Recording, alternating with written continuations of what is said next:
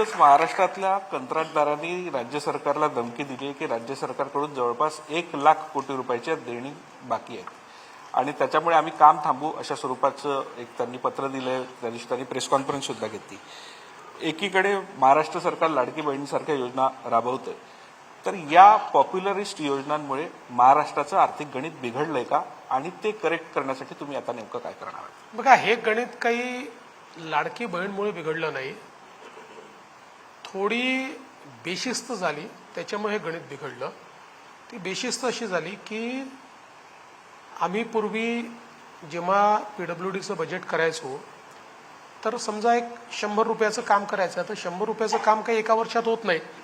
म्हणजे 100 रुपयाचं म्हणजे समजा एक 5 कोटीची इमारत बांधायची तर त्याला 2-2.5 वर्ष लागतात. तर यावर्षी त्याला 50 लाख लागणार आहे, 50 कोटी लागणार आहे समजून घ्या, किंवा 2.5 कोटी लागणार आहे किंवा 2 कोटी लागणार आहे. तर 5 कोटीची तरतूद ठेवली आहे म्हणजे तुम्ही त्याच्यामध्ये 5 कोटीची कामं घेऊ शकता, म्हणजे ॲडिशनल कामं घेऊ शकता. आणि म्हणून 1-2, 1-3 पर्यंत कामं घेण्याची आमची पद्धत होती.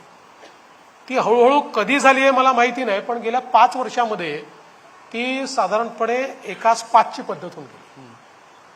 आणि त्यामुळे लायबिलिटी वाढली. आता असं लक्षात आलं की 1,00,000 कोटीची तर नाही, पण 50,000 कोटीची लायबिलिटी उभी राहिली आहे.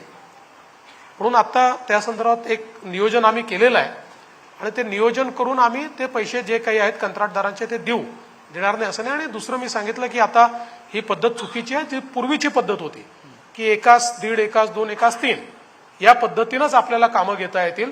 अनिर्बद्ध अशा प्रकारची कामं आपल्याला काही घेता येणार नाही. तर ते एक आर्थिक नियोजन आम्ही त्या ठिकाणी निश्चितपणे आणतोय. आता हे खरंच आहे की लाडकी बहीण आम्ही सुरू केल्यानंतर एकदम 40-45 हजार कोटी रुपयाचा भुर्दंड किंवा त्याचा एक भार हा बजेटवर आल्यामुळे काही प्रमाणात आमची फिस्कल स्ट्रेस आहे ती कमी झालेलीच आहे, किंवा एक प्रकारचा स्ट्रेस बजेटवर येणार आहे. पण आता ज्या काही बातम्या चाललेल्या आहेत की आता सगळ्या योजना बंद करून टाकणार, सगळं आम्ही काय म्हणतात त्यातलं बजेट नाही, बाकी सगळ्या असं काही बंद केलेलं नाही. काही बंद करायचं कारण नाही आहे.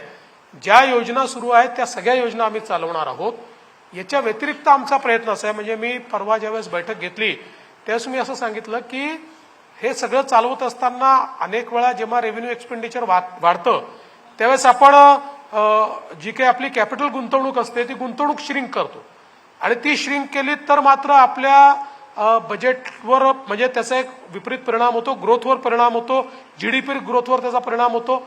आणि म्हणून मी एक आमच्या अधिकाऱ्यांना सांगितलं की एक रिव्हर्स कॅल्क्युलेशन करा की आपल्याला आपली ग्रोथ सस्टेन करण्याकरता साधारणपणे कॅपिटल इन्व्हेस्टमेंट किती करायची आहे, 75,000 कोटी यावर्षी करायची आहे, 1,00,000 कोटी करायची आहे.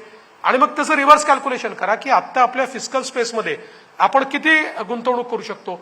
आणि मग ही जी काही गॅप राहते, 25,000 कोटीची गॅप आहे, तर त्यातनं केंद्र सरकारमधनं वेगवेगळ्या योजनांतनं आपण कॅपिटल इन्व्हेस्टमेंट किती आणू शकतो.